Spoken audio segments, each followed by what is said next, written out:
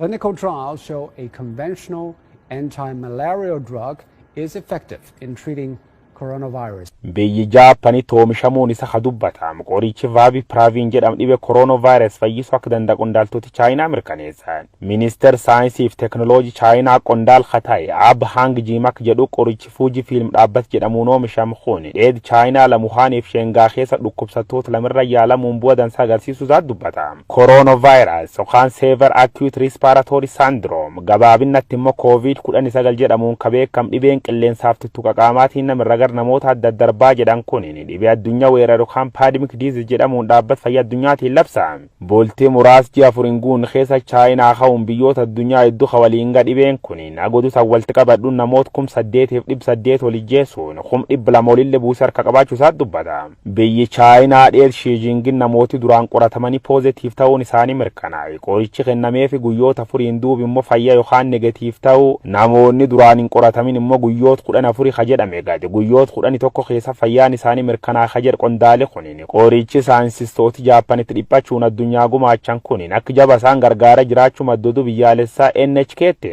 Hammaleellee qorsi kun namoota qoratamanii dhukkubichi irratti argamirratti X-ray yookaan raajiin isaanii yommuu ilaalamu laaga isaanii keessa rakkoo jirtu harka 100 keessa harka 91 fayyisuu isaa ragabaan. Haa ta'uuti immoo dhaabbati Fujifilm Toyam Chemical jedhamu ka qorichi kan argate asirra yaadnuu kennuun barbaanne jechuun miidiyaaleen Chaayinaa addunyaatti himan. Haa ta'uuti immoo odeeffannoon dhibiin ta qorichaa Vigaan jedhamu kan faalleessiti ministeer fayyaa Jaappaaniitiin yommuu kennamtu. Yaali namoota 70-80 irra gooneen qorichi kun akka jijjiirame hin feene keessumatti immoo namoota vaayirasichi qaama isaanii keessa baay'inaan faffacakeessan rakkoo fiduu maddooduu biyyattii maanchiin shubbu jedhamutti himan. Oduu biraatiin ammoo qorattooti Awustiraaliyaa dandeetti dhukkub koronaa ofirratti su namoota argachuu isaanii maxxansi Natural Medicine Journal jedhan qabate gadiin ba'uun The Guardian faan odeessuu jee. One step closer to developing a vaccine for the coronavirus. Namoonni akkuma dhibee akka dunfafa ofirratti isaanii dhibee koronaa ofirratti suuf immuniitii yookaan dandeetti gosa afurii qabaachuu isaanii BBC'tti himan. Qorannoon durdeemummaa Profeesar Kaatariina Kiriskiitiin dhaabbati qorannoo Melbourne Peter Doherty Institute for Infection and Immunity jedhamu qabate gadiin bahuun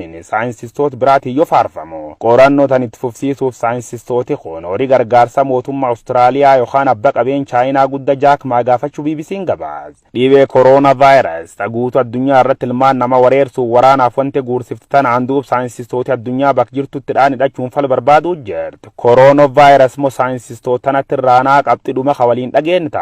We've made over 100 different versions of this to Dhaabbanni fayyaa addunyaa dhibee koronaa waliin wal qabatee Afrikaa keekkachiise. Yeroon jajjabduun dhufuu dandeesse Afrikaan kanaaf qophaa'uu qabdi jedhe dhaabbanni fayyaa addunyaa. Addunyaa irratti namootni koronaa vaayirasiin qabaman 200,000 gahanii jiru.